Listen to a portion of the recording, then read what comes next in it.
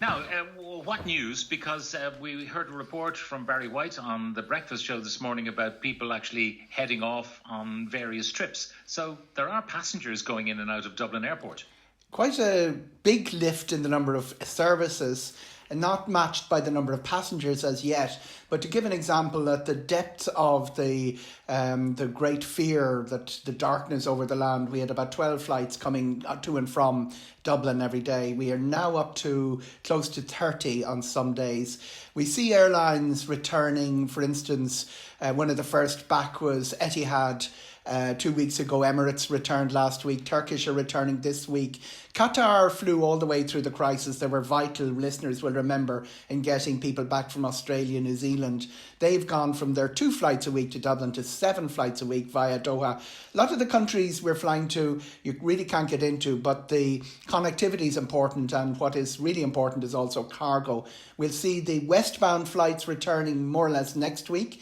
July the 2nd, Air Canada, Toronto, and then a week after we will have United returning. We haven't heard from Delta. American are going to be back, and Aer Lingus are flying 3 times daily all through this. So we're getting the services, as happened about 6 weeks ago in China. We probably aren't getting the bookings or the large numbers of passengers, but the big test part is July the 1st, Ryanair Day. How many people will have booked those amazing prices that they're offering on the sale, and which is causing such discomfort to the government, who are telling people not to engage in leisure travel.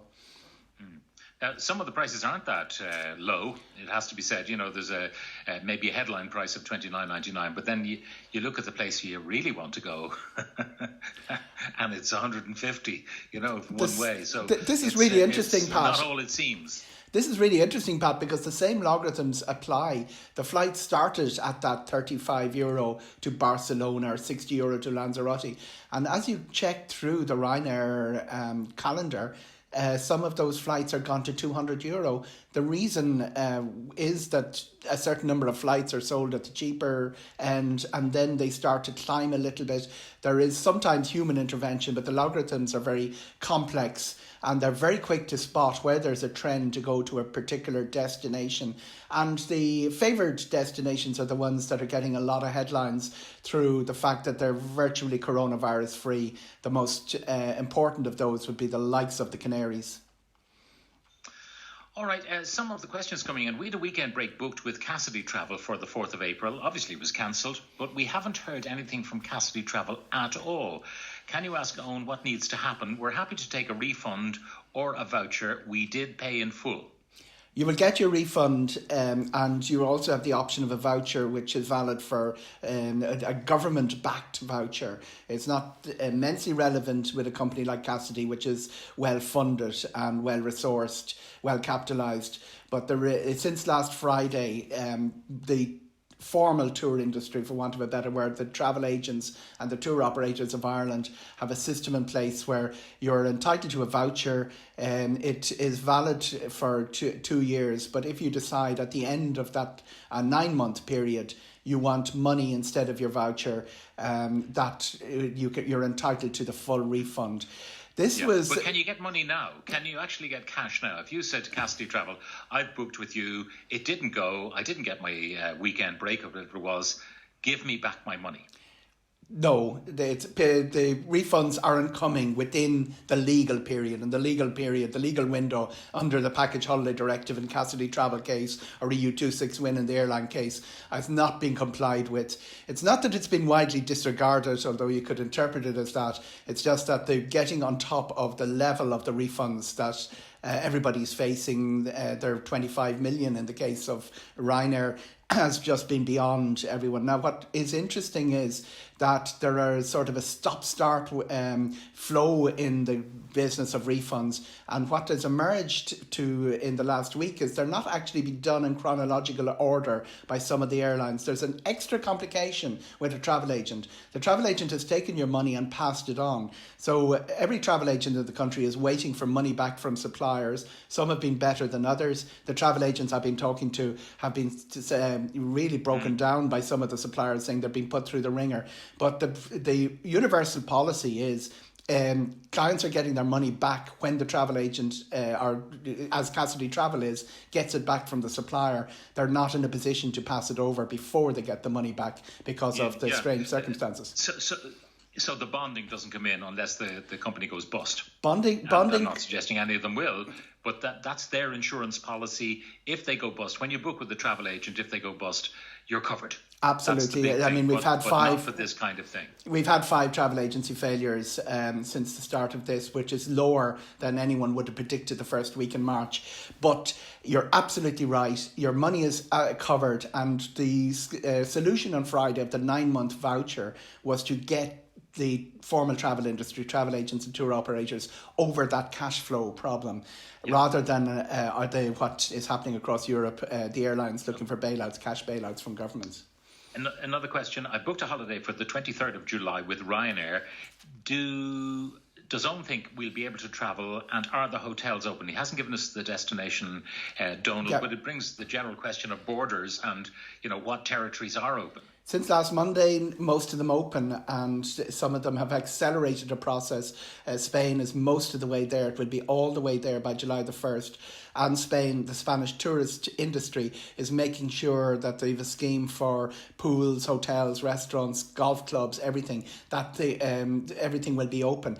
It's a little bit of an uncertainty, Pat, that everybody is being told the borders are open, but until the first people start returning, reporting on the situation on the ground, we cannot be absolutely certain. All we have are some very, very finely produced videos telling us what to do. I mean, the obstacles are enormous. If the number of people on the 4 beaches in Benidorm were all to arrive and socially distance, they'd need nearly 80 kilometres of coastline. So a lot of management is got to be put in place, and we won't be certain how those resorts are managed until they actually are subjected to the influx of tourists. Won't be a huge rush of tourists, so I won't expect them to come under pressure, and I will expect a lot of things to evolve very, very quickly in the first 2 weeks in July.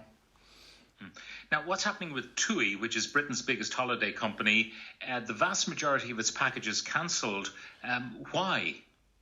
Because they weren't certain about the government restrictions and the resorts that are out there. But TUI Ireland are returning on July the 19th. Now, that sounds a bit more positive than the way TUI have phrased it, which they've cancelled until July the 19th. On the plus side for TUI, what they've been doing in recent years, a lot of their hotels are owned by TUI, are contracted solely to TUI with all those kids clubs, things like that. So they have put a programme in place, and they have a very fine video, as I say, telling us how everything's going to work from July the 19th. As of July the 19th, TUI are back in business, and they will be operating either their own charters or some of the scheduled flights that are returning. A little bit of worry about scheduled flights in general, Pat. What's in place, what's on the schedule mightn't be what flies. Now, 2 final brief questions, lump them together. I booked a holiday to Rome in October. I do not want to travel. Can the company pursue me for the balance, which is due in July, if I cancel? That's from Felicity, presumably paid a deposit. And this one, we have a week to Lanzarote booked for the first week of October. We paid for the flights with Ryanair and paying $90 a month for accommodation with Love Holidays. But I've just found out I'm expecting our second child, so I'm feeling afraid to go now. If I cancel, will I lose everything, or could I transfer the whole thing to my family? That's from Catherine and Kerry.